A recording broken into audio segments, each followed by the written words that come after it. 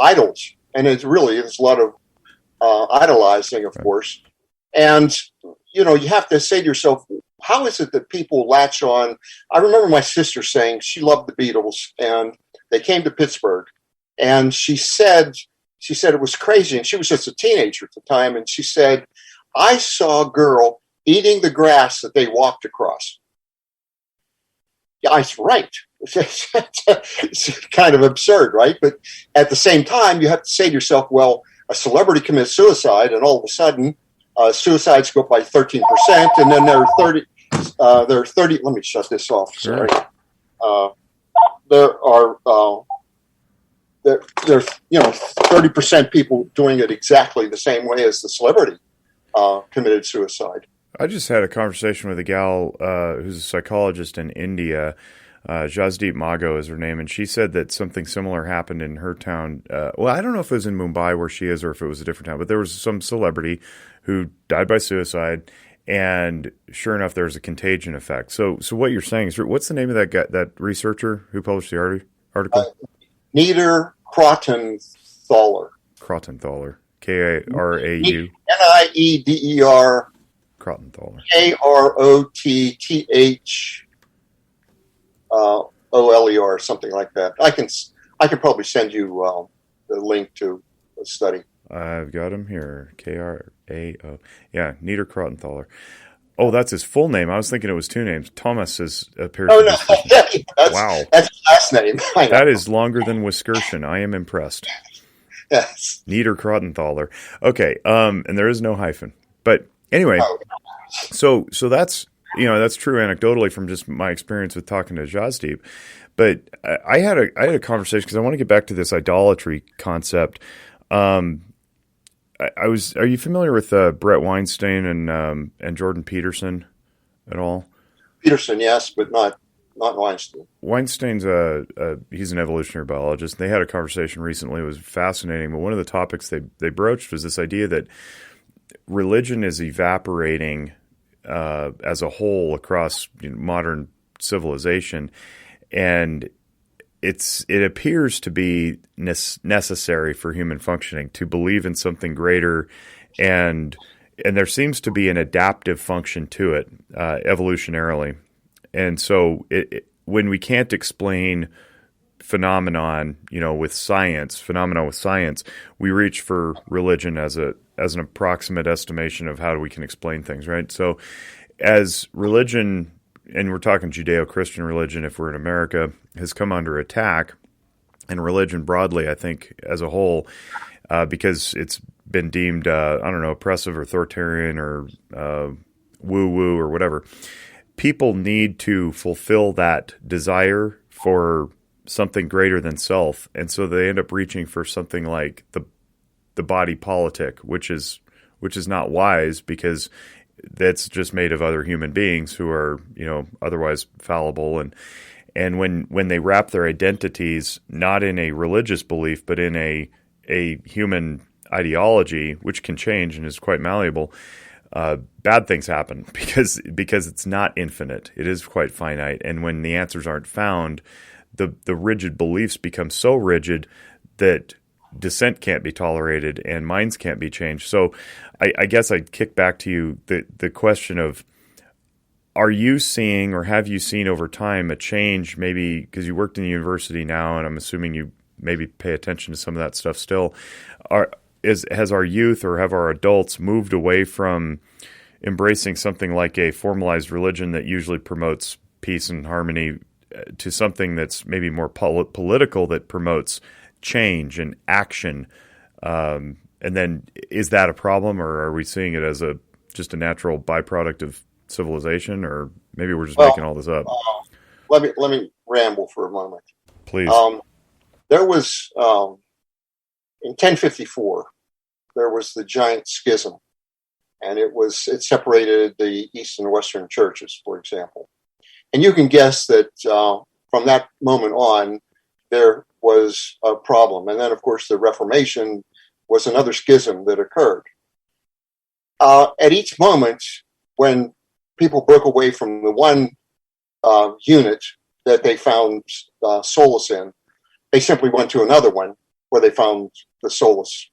So it's not as though it's not as though people are driven toward an idol necessarily. But when I think about another thing that I used to say to students, and that is, if you give me chaos, you make me a god, because I can make my own world. And essentially, we do that. God with a small g. But basically, you take a chaotic circumstance. You either succumb to it, or you make an order. You order things. Now, the problem with order is that when we externalize order, and you as psychologists might disagree, but when we externalize order, we're basically making up for internal insecurities. Because it's easy to say, if I think of going to the post office where all those mailboxes are, and I can say, I'm going to put in this mailbox Catholics, Jews, Protestants, Muslims, Hindus, Buddhists, and I'm putting them all in those categories. So what happens is, if I can do that, then I don't have to worry about my own internal insecurities, because I've made the world outside of me totally secure as far as my perspective goes. And of course, that's the heart of prejudice. In prejudice, you say, I'm going to organize everybody this way. And everybody falls in that category. And of course, what happens, and there are numerous movies and novels about people discovering that, well, wait a minute, there are those gray areas. He might be this, but why does he show these tendencies over here for that? And the problem is that we have a tendency, I think, to make those compartmental judgments, saying we're going to compartmentalize everything out there because it's easy for us. It makes it very simple. Yeah, I advocate that people don't use labels, right? Because labels are very limiting, and something that Jung wrote about and Christian taught us when he was teaching the Carl Jung chapter of the book, more or less, in school, was that all human beings have a limitless capacity to do anything else that a human being has done, great and terrible. And so I think it satisfies our egos to put labels on people and put them into those boxes. And I love the post office analogy because it's so visual, and there's lots and lots and lots of boxes, right? But once you put somebody into one of those boxes, it essentially says you can't be in any other box. And that, while that's very satisfying to me, the labeler, the box stuffer, if you will, I don't allow myself to account for any other multiplicity of personality, right? And I think that I'm stumbling over this because I'm considering it for the first time. I think the byproduct of that is that I see myself in that, and I have to self-label, right? So then I'm self-limiting, and if my message all along has been the external world needs to be boxed up and labeled and quantified so we can measure it and know what it is and give ourselves a false sense of certainty, then I myself am not going to be comfortable being many things or infinite, because that's scary, because it opens up the possibility for all things, right? Means, great and terrible. Yeah. And then you've opened yourself up to the chaos that, the world is filled with disorder. Right. And we keep imposing order on it. And as I said, that makes anybody a god in a sense, because he said, I'll take this chaos, I'll take what appears to be nothing of order and order it. Well, it satisfies a power and control need, which is one of our 5 basic needs that William Glasser talks about. Satisfying that power and control need is useful and good and necessary, but not at the expense of freedom, which is another need, fun, which is another need, survival. If you label everything, say, badly because you don't like processed foods or GMO products or something, you limit your ability to even ingest what is reasonably beneficial. And then the love and belonging needs. So those are the 5 basic needs: power and control, freedom, fun, love and belonging, and survival. And when we sacrifice many for one. For this instance, we're talking about power and control, the ability to control what others represent to us. It makes it really hard to connect with them, especially if we've deemed them, and I'll put air quotes around them, undesirable. And then it becomes us versus them, and then we're filled with contempt.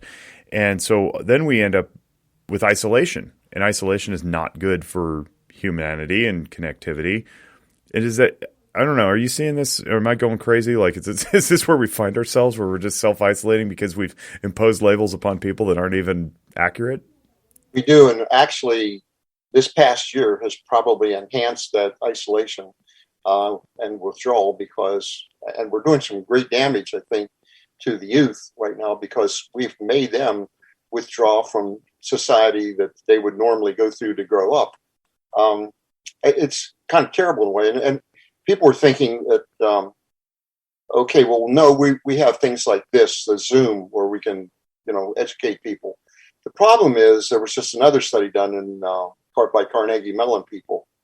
And I can't tell you who the people were who did it, but they looked at video conferencing. And they wanted to know whether or not it actually enhanced group intelligence. So you get a bunch of people sitting around a table in a normal circumstance prior to 2020, and they're sitting around, they're trying to say, okay, how can we move the company forward? What new ideas? What direction do we need to go in? Or you get a bunch of academics sitting around. How do we pursue this particular problem? And they sit around, they brainstorm. Well, what the Carnegie Mellon study showed was that the visual channeling that we do here, you and I are doing, for example, right now, if the audio is not giving me all your intonation, all those subtleties of intonations that I would get if I'm face to face with you, I am not getting the kind of feedback I need to get. And it actually decreases group intelligence. So a Zoom meeting is not as helpful as a face-to-face meeting.